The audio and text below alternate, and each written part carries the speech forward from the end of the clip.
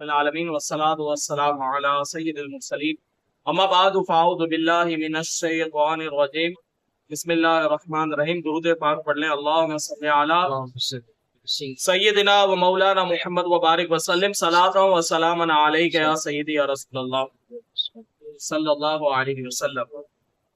قرات کے ہم نے چند مسائل جو وہ سماعت فرما لیے۔ اب انشاءاللہ رکوع اور سجود، چونکہ یہ بھی نماز کے فرائض میں سے، آج مختصر انداز سے اس کے جو وہ چند مسائل ہم انشاءاللہ سماعت کرتے ہیں۔ رکوع کی تعریف کیا ہے؟ رکوع کی تعریف یہ ہے کہ اتنا جھکنا، ہاتھ بڑھائے گھٹنوں تک پہنچ جائے، یہ اس کا ادنا درجہ ہے۔ اور پورا درجہ یہ ہے کہ پیٹھ جو ہے وہ بالکل کیا ہونی چاہیے؟ سیدھی ہونی چاہیے، یعنی پیٹھ کو بچھا دینا ہے۔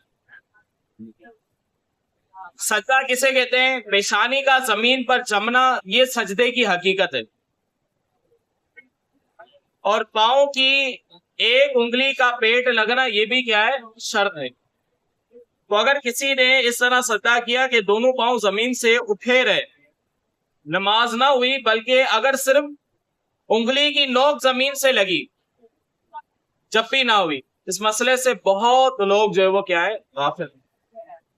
اب یہ سجدے کی تعریف آپ نے جو وہ ہمیشہ یاد رکھنی ہے کہ پیشانی کا زمین پر جمنا یہ سجدے کی حقیقت ہے، اور پاؤں کی انگلی کا جو ہے وہ پیٹ لگنا یہ جو اس کی شرائط میں سے۔ اب مسئلہ یہ ہوتا ہے کہ بہت سارے لوگ جو ہے وہ جیسے کوئی مزارات پر جاتے ہیں تو مزارات کو چومتے۔ اب جو دوسرے مذہب والے لوگ وہ جب دیکھتے ہیں تو وہ ان پر جو ہے وہ حکم شرک، کفر وغیرہ، کفر تو نہیں بلکہ شرک کا ڈائریکٹ اس کو اسلام سے ہی خارج کر دیتے ہیں، کہتے ہیں یہ شرک ہے بازار کو چومنا۔ اور جب وجہ پوچھی جاتی ہے تو وہ یہ کہتے ہیں کہ یہ سجدہ کر رہا ہے۔ اب در حقیقت جو وہ اس کو سجدے کی تعریف ہی اس پر صادق نہیں آتی۔ پیشانی کا زمین پر لگنا، تو کیا اس کی پیشانی زمین پر لگ رہی ہے؟ وہ تو کھڑے کھڑے مزار کو چوم رہا ہے۔ تو ایسی صورت میں یہ سجدے کی تعریف پر صادق ہی نہیں آتا۔ یہاں تک کہ اتنے بیوقوف لوگ بھی ہیں کہ یہ کہتے ہیں کہ انگوٹھے چومنا جو ہے وہ یہ شرک ہے۔ پوچھا گیا کیوں؟ تو کہا کہ وہ اس وجہ سے کہ آپ سجدہ کر رہے ہیں، یعنی اب اس کو بھی جو ہے وہ لوگوں نے سجدہ جو کہہ دیا۔ بہرحال سجدے کی حقیقت یہ کہ پیشانی کا زمین پر جمنا، اس کو جو وہ سجدہ کہتے ہیں۔ یہ مسئلہ بھی یاد رہے کہ ہم اہل سنت کے نزدیک جو ہے وہ مزار پہ جانے کے آداب اعلیٰ حضرت رحمۃ اللہ تعالی علیہ نے بیان فرمایا ہے۔ مزار کو چومنے سے آپ نے منع فرمایا ہے، مزار کو چومنے سے منع فرمایا، اور فرمایا ہے کہ تقریباً جو ہے وہ 4 ہاتھ مزار سے دور کھڑے ہو کر جو ہے وہ آپ کیا کریں، جو بھی احصال ثواب کرنا ہے وہ کھڑے ہو کر آپ احصال ثواب کریں، اور دعا میں ان کو وسیلہ بنا کر دعا کریں۔ اللہ تبارک و تعالیٰ چاہے گا تو انشاءاللہ وہ آپ کی دعا قبول ہو جائے گی۔ تو یہ اعلیٰ حضرت رحمۃ اللہ تعالی علیہ نے طریقہ کار بیان فرمایا ہے۔ مزارات کو چومنے سے بچیں، کیونکہ ہمارے گندے ہاتھ، اور کہاں وہ صاحب قبر اللہ کے نیک ولی، اور ہم جو وہ جا کر اپنے گندے ہاتھ اس پر لگائیں۔ تو بہتر یہ ہے کہ علماء کرام یہی فرماتے ہیں کہ مزارات کو نہ چوما جائے، صحیح ہے۔ اور جو شرک کہتے ہیں وہ بھی غلطی پر ہے کہ شرک تو ہو ہی نہیں سکتا۔ کسی عذر کی وجہ سے پیشانی زمین پر نہیں لگا سکتا تو کیا کرے؟ تو ایسی صورت میں صرف ناک جو ہے وہ سجدہ کرتے ہوئے لگائے۔ لیکن ناک میں بھی صرف یہ نوک لگنا یہ کافی نہیں ہے، بلکہ ناک کی ہڈی کا زمین پر لگنا یہ بھی جو ہے وہ کیا ہے؟ ضروری ہے۔ اگر کسی نے سجدے میں صرف رخسار اسے کہتے ہیں، رخسار یا تھوڑی اسے کہتے ہیں، تھوڑی پر جو ہے وہ سجدہ کیا، رخسار یا تھوڑی پر یعنی سجدہ کرتے ہوئے اس نے تھوڑی لگائی یا رخسار لگایا، تو ایسی صورت میں کیا حکم ہے؟ تو ایسی صورت میں حکم یہ ہے کہ اگر وہ سجدہ نہیں کر سکتا تو اس کے لیے حکم ہے کہ وہ کیا کرے؟ اشارے سے نماز پڑھے۔ جب سجدہ کرنے پر وہ قادر نہیں ہے تو ایسی صورت میں اشارے سے نماز پڑھے۔ رخسار اور تھوڑی کے ذریعے اس طرح جو نماز پڑھنا یہ درست نہیں ہے، بلکہ وہ کس طرح پڑھے گا؟ اشارے سے نماز پڑھے گا۔ کسی نرم چیز پر سجدہ کیا تو کیا حکم ہے؟ یہ ایسا مسئلہ ہے کہ آج کل جو وہ مارکت الآرا مسئلہ ہے۔ کسی نرم چیز مثلا گھاس، روئی، قالین وغیرہ پر سجدہ کیا تو اگر پیشانی جم گئی، یعنی اتنا دبے کہ آپ دبانے سے نہ دبے، تو نماز جائز ہے ورنہ جو ہے نہیں ہوگی. آج کل عموماً جو ہے وہ اس طرح کا ماحول بن گیا ہے کہ صفوں کے نیچے جو ہے وہ باقاعدہ فوم بچھا دیا جاتا ہے, اور فوم بچھانے کے بعد اور بھی پتہ نہیں ایک دو جو پردے لگانے کے بعد جو ہے وہ جب بندہ اس پر کھڑا ہوتا ہے تو مطلب یہ کہ گدا نما جو ہے وہ ہو جاتا ہے.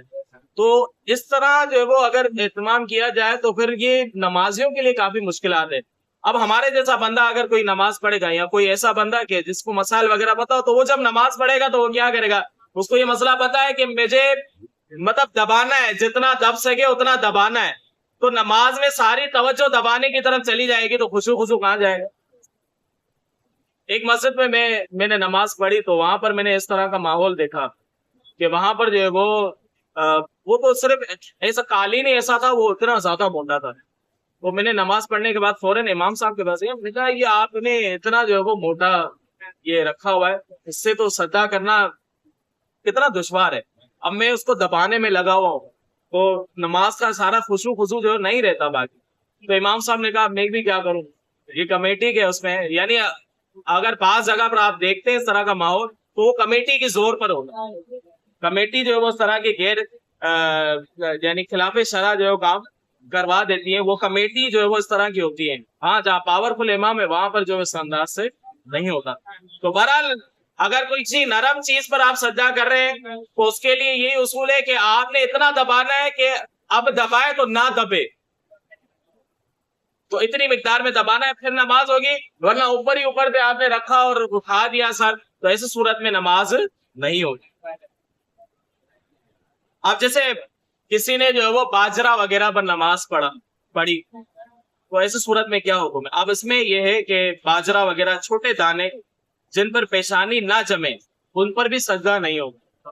البتہ اگر بوری وغیرہ میں خوب جو ہے وہ کسی نے اچھے انداز سے اس کو بھر دیا ہے, پیشانی جمنے سے مانے نہ ہو, یعنی کوئی رکاوٹ اب نہیں ہے, تو پھر ایسی صورت میں اس کی نماز ہو جائے گی. امامے کے پیج پر سجدہ کیا تو کیا حکم ہے. امامے کے پیج پر اگر سجدہ کیا تو ایسی صورت میں بھی اس کی نماز جو ہے وہ ہو جائے گی, کیونکہ وہ جو پیج ہوتا ہے وہ باریکی ہوتا ہے, اس میں جو کوئی حرج نہیں ہے. امامے کے پیج پر سجدہ کیا, اگر ماتھا خوب جم گیا, سجدہ ہو گیا, اور ماتھا نہ جما فقط چھو گیا کہ دبانے سے دبائے گا یا سر کا کوئی حصہ لگا تو نہ ہوئی. اب وہ یہاں پر بھی وہی قانون ہے, وہی جو ہے وہ قاعدہ ہے. اب ایک اور مسئلہ جو بہت زیادہ اہم ہے, اگر سجدے والی جگہ قدموں کی نسبت اونچی ہو تو کیا حکم ہے. ایسی جگہ سجدہ کیا کہ قدم کی بنسبت 12 انگل سے زیادہ اونچی ہے, 12 انگل سے زیادہ اونچی ہے, تو فرمایا کہ ایسی صورت میں سجدہ نہ ہو, ورنہ جو ہو جائے گا. اگر تھوڑی نیچے ہے تو سجدہ ہو جائے گا, ورنہ جو نہیں ہوگا. عموماً ہمارے یہاں پر اس طرح کا ماحول ہے کہ وہ کرسی پر بیٹھنے کے برابر میں ہی وہ ایک تختی نما لگا ہوتا ہے, اس پر جو وہ سجدہ کرتے ہیں, تو وہ 12 انگل سے تو اور مطلب ہوتا ہے, زیادہ ہی ہوتا ہے, تو ایسی صورت میں ان کا سجدہ نہیں ہوتا. تو بہتر یہی ہے کہ جب وہ بیٹھ کے نماز پڑھ رہا ہے تو اشارے سے جو وہ سجدہ کرے گا, اس پر جو وہ سجدہ نہیں کرے گا. اللہ رب العزت سے دعا ہے کہ اللہ تعالیٰ علم دین سیکھ کر اس پر عمل کرنے کی توفیق عطا فرمائے.